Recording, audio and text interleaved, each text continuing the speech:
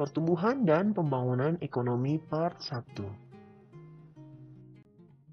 Nah, jadi di pertemuan pertama ini, kita akan mempelajari materi tentang pertumbuhan ekonomi. Di sini ada 3 pokok bahasan. Yang pertama, kita akan belajar tentang pengertian pertumbuhan ekonomi. Kemudian yang kedua, kita juga akan belajar tentang teori pertumbuhan ekonomi. Dan yang ketiga, kita juga akan belajar tentang perhitungan pertumbuhan ekonomi. Oke, sebelum masuk ke materi, tahukah kamu apa yang dimaksud dengan pertumbuhan ekonomi?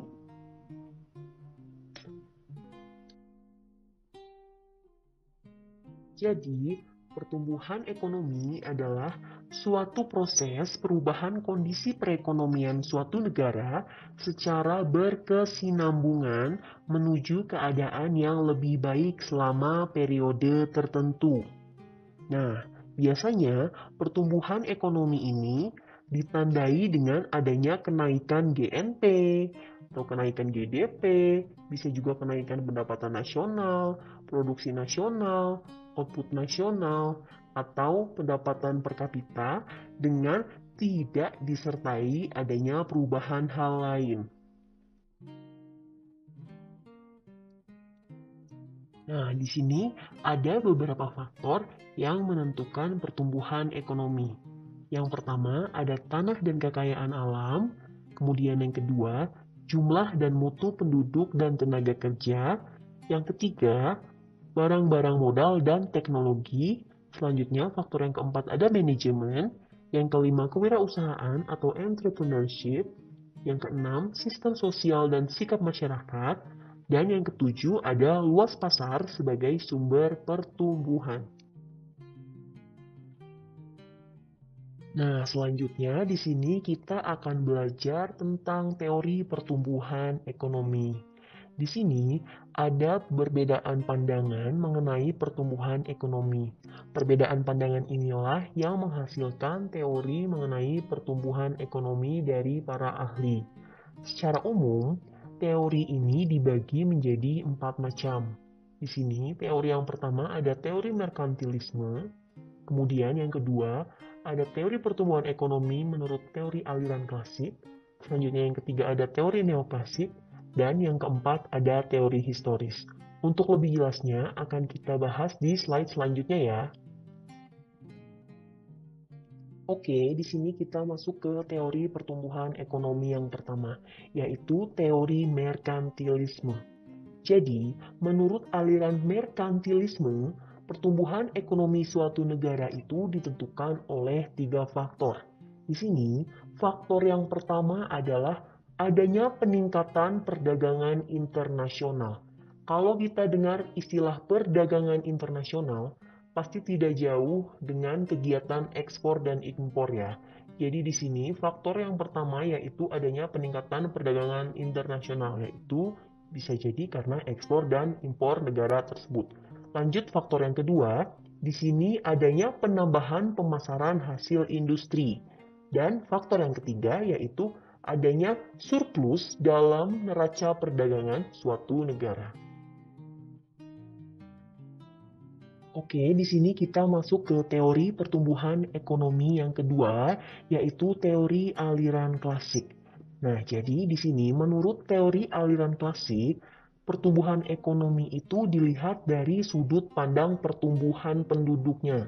Nah, jadi nanti semua teori yang ada di aliran klasik ini akan didasarkan pada banyak sedikitnya penduduk yang ada di negara tersebut. Nah, untuk lebih jelasnya siapa saja tokohnya dan seperti apa teorinya, kita langsung masuk ke tokoh teori aliran klasik yang pertama, yaitu di sini ada Adam Smith. Nah, menurut Adam Smith di sini, dengan adanya pertambahan penduduk, maka akan terdapat pertambahan output atau hasil sehingga perekonomian akan tumbuh dan berkembang. Nah, di sini menurut Adam Smith, semakin banyak pertambahan penduduknya, maka pertambahan output atau hasilnya juga akan semakin banyak. sehingga perekonomian di negara tersebut akan tumbuh dan berkembang. Nah, pendapat Adam Smith ini tertuang dalam bukunya yang berjudul An Inquiry into the Nature and Causes of the World of Nations, atau yang lebih dikenal dengan buku yang berjudul The World of Nations yang diterbitkan pada tahun 1776. Oke, selanjutnya ada tokoh teori aliran klasik yang kedua, yaitu David Ricardo. Berbeda dengan Adam Smith, kalau menurut David Ricardo, pertumbuhan penduduk yang besar akan menghasilkan tenaga kerja yang banyak, sehingga upah akan menurun dan perekonomian malah menjadi stagnan. Nah, pendapat David Ricardo ini tertuang dalam bukunya yang berjudul The Principle of Political and Taxation. Oke, selanjutnya kita masuk ke teori pertumbuhan ekonomi yang ketiga. Di sini ada teori aliran neoklasik. Berbeda dengan teori aliran klasik sebelumnya, itu melihat pertumbuhan ekonomi dari sudut pandang pertumbuhan penduduknya. Nah, kalau aliran neoklasik ini melihat pertumbuhan ekonomi dari sudut pandang kewirausahaan dan investasinya. Oke, siapa saja tokohnya dan seperti apa teorinya? Kita langsung ke tokoh teori aliran neoklasik yang pertama, yaitu Herert Domar. Nah, di sini Herert Domar ini dua orang ya. Jadi ada Herert dan Domar. Menurut Herert dan Domar, syarat agar pertumbuhan ekonomi negara dapat berkembang secara jangka panjang atau steady growth ya, adalah perlu adanya pembentukan modal atau investasi. Jadi di sini, menurut Herert Domar, pertumbuhan ekonomi itu akan tercipta jika adanya pembentukan modal atau investasi. Selanjutnya, tokoh teori aliran neoklasik yang kedua adalah Schumpeter. Di sini, menurut Schumpeter, pertumbuhan ekonomi itu sangat ditentukan oleh kemampuan kewirausahaan. Nah, teori ini menekankan pada inovasi yang dilakukan oleh para pengusaha. Jadi di sini, kalau menurut Schumpeter, pertumbuhan ekonomi suatu negara itu tercipta apabila adanya inovasi dari pengusaha-pengusaha wirausaha yang ada di negara tersebut.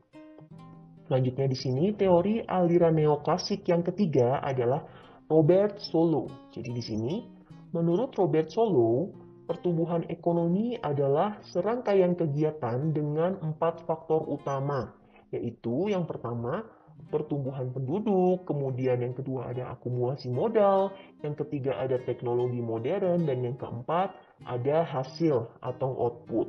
Nah, selain itu, menurut Solow, dalam jangka panjang, tingkat tabungan juga dapat menentukan modal dalam proses produksi. Jadi kalau Solow di sini melihat pertumbuhan ekonomi itu, selain dari 4 faktor ini juga dilihat dari tingkat tabungannya. Nah, kalau kita lihat dari 3 tokoh teori aliran neoklasik ini, mereka melihat pertumbuhan ekonomi itu dari sisi kewirausahaan dan investasinya.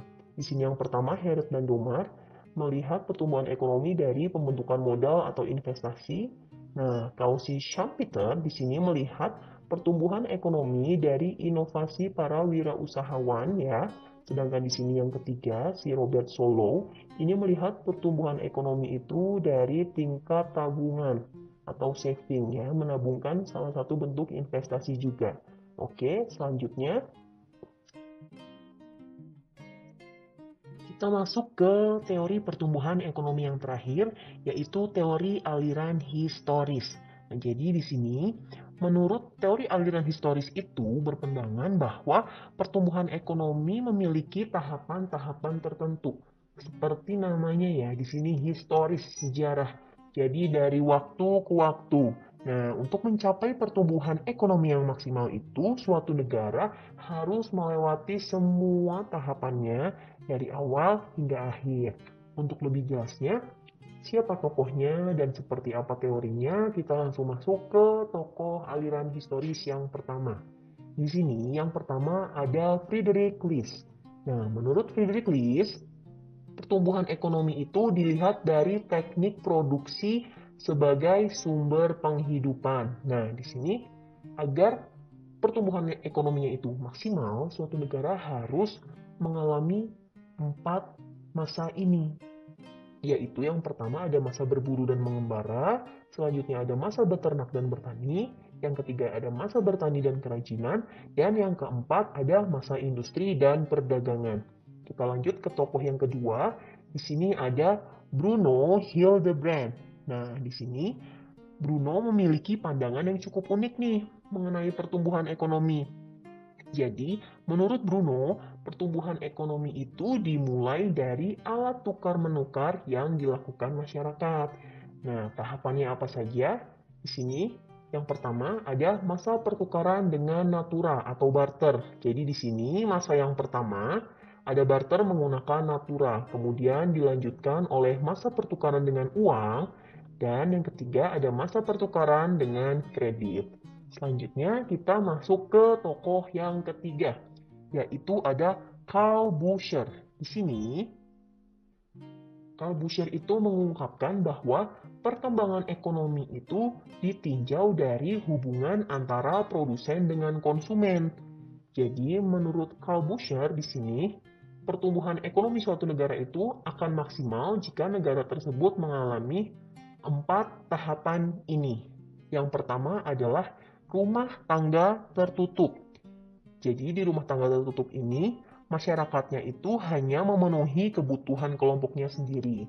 Kemudian dilanjutkan dengan rumah tangga kota, di mana sudah muncul hubungan dagang antar desa ke desa dengan kota. Nah, selanjutnya, masa yang ketiga adalah rumah tangga bangsa atau kemasyarakatan. Jadi di sini perdagangan antar kota akan membentuk suatu kesatuan masyarakat yang melakukan pertukaran dagang dalam negara. Kemudian dilanjutkan pada tahapan yang keempat, yaitu rumah tangga dunia, yaitu masa di mana perdagangan itu telah melewati masa-masa negara, seperti saat ini nih. Jadi, antar negara itu perdagangannya sudah lebih mudah.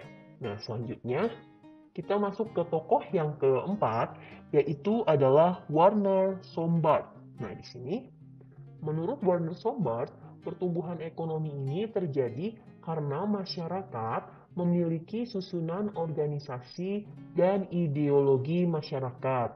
Nah, di sini menurut Sombart, pertumbuhan ekonomi itu akan maksimal jika suatu negara itu mengalami 3 zaman ini. Yang pertama ada zaman perekonomian tertutup, yaitu di zaman perekonomian tertutup ini, masyarakat itu masih terbatas dalam menghasilkan barang dan dilakukan secara kekeluargaan. Jadi hanya pada lingkup kekeluargaan saja. Kemudian dilanjutkan pada zaman yang kedua, yaitu zaman perekonomian, kerajinan, dan pertukangan.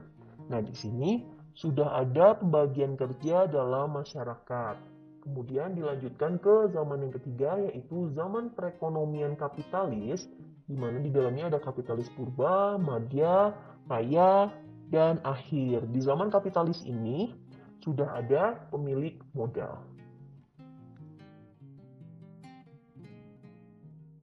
Oke, kita masuk ke tokoh teori aliran historis yang terakhir, yaitu ada Walt Whitman Rostow. Nah, di sini menurut Rostow dalam bukunya yang berjudul The Stage of Economic Growth, di sini dia membagi pertumbuhan ekonomi itu menjadi 5 tahap atas dasar kemajuan teknologi. Nah, di sini 5 tahap itu adalah yang pertama ada tahap tradisional, di mana ekonominya itu masih didominasi oleh sektor pertanian. Kemudian yang kedua ada tahap transisi atau pre-take off, di mana di sini terjadi perubahan struktur tenaga kerja dari pertanian ke industri. Kemudian dilanjutkan ke tahap ketiga, yaitu tahap lepas landas atau take off, di mana di sini ketika hambatan dalam struktur sosial dan politiknya itu dapat diatasi. Dan selanjutnya tahap yang keempat yaitu menuju kematangan atau drive to maturity, yaitu serikat buruh dan dagang semakin maju. Nah, tahap yang terakhir di sini ada tahap konsumsi tinggi, yaitu high mass consumption, di mana di sini tenaga kerjanya didominasi tenaga kerja terdidik dan penduduk di kota lebih besar daripada di desa.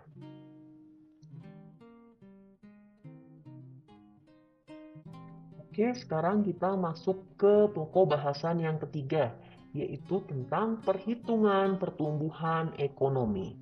Nah, jadi di sini untuk mengetahui pertumbuhan ekonomi suatu negara pada suatu tahun, produksi barang dan jasa atau pendapatan nasionalnya yaitu GNP atau GDP-nya pada tahun itu dibandingkan dengan tahun sebelumnya. Sehingga akan menghasilkan rumus seperti di bawah ini, yaitu PE. PE ini pertumbuhan ekonomi ya. PE sama dengan GNP tahun sekarang, tahun ini dikurangi dengan GNP tahun lalu. Dibagi dengan GNP tahun lalu dikalikan dengan 100%. Nah, di sini untuk menghitung pertumbuhan ekonomi, selain dihitung menggunakan GNP-nya, juga bisa dihitung menggunakan GDP ya. Jadi nanti tergantung soalnya, jika yang diketahuinya GNP menggunakan GNP, bisa juga menggunakan GDP, PNB, PDB, itu sama aja ya. Nah, di sini kenapa sih pertumbuhan ekonomi itu penting banget untuk dihitung setiap tahunnya? Nah, jadi pertumbuhan ekonomi ini bisa jadi indikator keberhasilan pembangunan ekonomi di masyarakat. Makanya setiap tahunnya pertumbuhan ekonomi itu wajib untuk dihitung. Untuk lebih jelasnya, kita langsung ke contoh soalnya aja ya. Nah, jadi di sini ada contoh soal tentang pertumbuhan ekonomi. Diketahui GDP negara X tahun 2019 adalah 800 miliar dan nilai GDP tahun 2020-nya adalah 900 miliar. Dari data tersebut, maka besarnya pertumbuhan ekonomi tahun 2020 adalah, oke, sebelum masuk ke penyelesaian, ada yang masih ingat nggak rumus menghitung pertumbuhan ekonomi? Ini rumusnya ya. Jadi di sini PE, PE itu pertumbuhan ekonomi tahun 2020 sama dengan GNP tahun sekarang dikurangi GNP tahun lalu dibagi GNP tahun lalu dikali 100%. Nah, kita lihat sekarang di sini. GNP tahun sekarang itu GNP yang ditanyakan ya, yaitu tahun 2020. Ini GNP tahun 2020-nya 900 miliar dikurangi dengan GNP tahun lalu. GNP tahun lalunya di sini tahun 2019 ya, ada 800 miliar. Kemudian dibagi 800 miliar lagi dikali 100%. Jadi di sini kita masukkan angkanya ke rumusnya. Jadi sama dengan di sini GNP tahun sekarangnya 900 dikurangi GNP tahun lalunya 800 dibagi GNP tahun lalunya 800 dikali 100%, maka di sini hasilnya ada 0,125 dikali 100%. Maka hasilnya di sini pertumbuhan ekonomi tahun 2020-nya adalah sebesar 12,5%. Sampai di sini paham ya? Oke, sekarang kita masuk ke perhitungan PNB real. Jadi di sini PNB itu sama saja dengan GNP ya. Kalau PNB itu produk nasional bruto, nah bahasa Inggrisnya itu adalah GNP, Gross National Product. Paham ya? Nah, di sini tolak ukur yang paling baik untuk menunjukkan adanya perkembangan ekonomi suatu negara adalah dengan menggunakan pendapatan nasional bruto real atau disingkat PNB real ya. Sama saja dengan GNP real. Nah, di sini rumus untuk menghitung PNB real adalah PNB real TN sama dengan IHTO dibagi dengan IHTN dikalikan dengan PNB TN. Nah, di sini keterangannya adalah yang pertama, PNB real TN ini adalah PNB real pada tahun N yang ditanyakan ya, tahun N, tahun yang ditanyakan. Kemudian di sini ada IHTO. IHTO itu adalah indeks harga pada tahun sebelumnya. Selanjutnya di sini ada IHTN. IHTN ini adalah indeks harga pada tahun N, tahun yang ditanyakan. Kemudian selanjutnya di sini ada PNBTN. Nah, PNBTN ini adalah PNB pada tahun N. Nah, untuk lebih jelasnya kita langsung ke contoh soalnya aja ya. Nah, jadi di sini ada contoh soalnya. Pada tahun 2019, PNB suatu negara yaitu sebesar 794 triliun. Dan pada tahun 2020, PNB-nya menjadi 904 triliun. Sedangkan indeks harga tahun 2019 adalah 140 triliun. Dan indeks harga tahun 2020 yaitu sebesar 175 triliun. Nah, di sini tentukan besarnya PNB real tahun 2020. Nah, jadi kita masuk ke penyelesaiannya. Sebelum kita masuk ke penyelesaian, ada yang masih ingat nggak rumus menghitung PNB real? Nah, jadi ini dia rumusnya ya. PNB real TN sama dengan IHTO dibagi IHTN dikalikan dengan PNB TN. Nah, di sini kita lihat PNB real TN. TN ini tahun yang ditanyakan ya. Di sini kan yang ditanyakan tahun 2020. Jadi di sini PNB real T 2020 sama dengan IHTO. IHTO ini adalah indeks harga tahun sebelumnya. Di sini kan yang ditanyakan 2020. Berarti tahun sebelumnya adalah tahun 2019 ya. Jadi di sini IH tahun 2019-nya itu adalah sebesar 140 triliun. Nah, ini dibagi dengan IHTN. TN itu tahun yang ditanyakan, di sini 2020.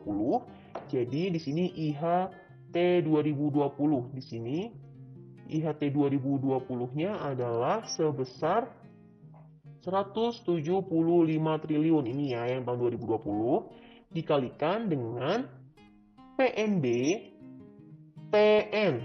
PN ini tahun yang ditanyakan yaitu tahun 2020. Di sini PNBT 2020-nya adalah sebesar 904 triliun. Nah, kita masukkan angkanya ya.